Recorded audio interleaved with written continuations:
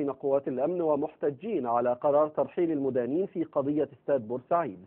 وقد ألقت قوات الأمن قنابل الغاز المسيلة للدموع في محاولة لتفريق المحتجين أمام مقر مديرية الأمن وبالقرب من مقر ديوان عام المحافظة. وكانت مديرية الصحة في بورسعيد قد أعلنت أن نحو 190 شخصا أصيبوا بحالات اختناق في الأحداث التي وقعت اليوم في محيط مديرية الأمن. وقد قذف المحتجون المبنى بالحجارة والزجاجات وأشعلوا النار في سيارة تابعة لمديرية الأمن، مما دفع قوات الأمن إلى الرد عليهم بالقنابل المسيلة للدموع. وقد صرح مصدر مسؤول بوزارة الداخلية أن الوزارة قررت نقل السجن العمومي في بورسعيد من موقعه وإنشاء سجن جديد في موقع مناسب، وأنه تم اليوم بالفعل نقل ما يقرب من 39 سجينا إلى سجن وادي النطرون. وللمزيد من التفاصيل ينضم إلينا من بورسعيد الصحفي أحمد الجمال. أحمد، ما هي تطورات الأحداث في بورسعيد وبالتحديد في محيط مديرية أمن بورسعيد؟ نعم أحمد، ما زالت الاشتباكات دائرة حتى الآن، حتى هذه المداخلة بين المحتجين وبين قوات الأمن المركزي في محيط مديرية أمن بورسعيد وميدان الشهداء.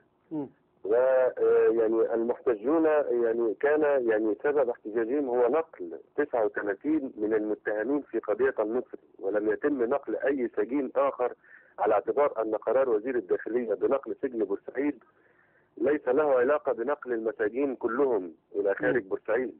39 متهم هم الذين تم نقلهم فقط في قضية استاد النادي المصري، تم نقلهم خارج بورسعيد، سواء كان في وادي النطرون أو في أي سجن آخر. هذا ما صرحت به مصادر أمنية في بورسعيد صباح اليوم، ولكن قالوا أن ذلك هو قرار مصلحة السجون وليس لأحد آخر أي صفة في اتخاذ مثل هذا القرار. تمام أحمد في بورسعيد.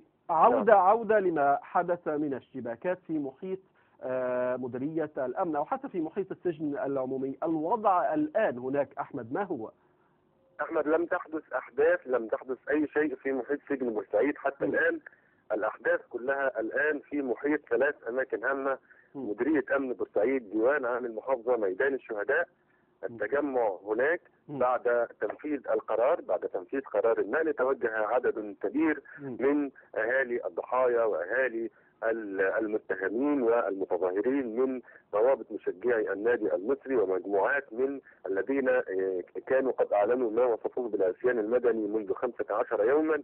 كل هؤلاء توجهوا إلى مديرية أمن بورسعيد، وحدث هناك تراشق بالحجارة وتم إحراق إحدى سيارات الشرطة، وتعاملت الشرطة مع الموقف بإطلاق كثيف للقنابل، قنابل الغاز المسيلة للدموع، سواء كان من الأفراد المتواجدين على الأرض من الشرطة أم كانوا على سطح مديرية أمن بورسعيد. ما زال الوضع هناك يعني في طريقه إلى التصاعد، هذا على ما أعتقد. الإصابات أحمد، النيران في عدد من إطارات السيارات. هل هناك إصابات أحمد يعني في كلا الطرفين سواء الشرطة أو المحتجين؟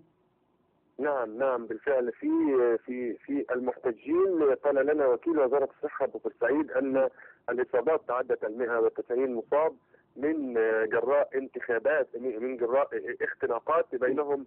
أحد الأشخاص أصيب بتهتك في ساقه اليسرى بعدما سقطت على قدميه بشكل رأسي إحدى قنابل الغاز المسيل للدموع. وهناك أيضا عدد من المصابين من أفراد الشرطة وضابط من القوات المسلحة أصيب باختناق من جراء القنابل المسيلة للدموع في الصباح، وتم إسعافه بالمستشفى العسكري. الوضع الآن عدد من قوات التأمين، من قوات تأمين محيط مديرية أمن بورسعيد والديوان العام لمحافظة بورسعيد من القوات المسلحة يحاولون مرات على مدار اليوم منذ الصباح، منذ الساعة 9 صباحا، يحاولون عمل حاجز بشري منهم للتفريق بين المتظاهرين والمحتجين من جهة. بالطبع أحمد الجمال، سنعود إليك مرة أخرى حال تطورات حدثت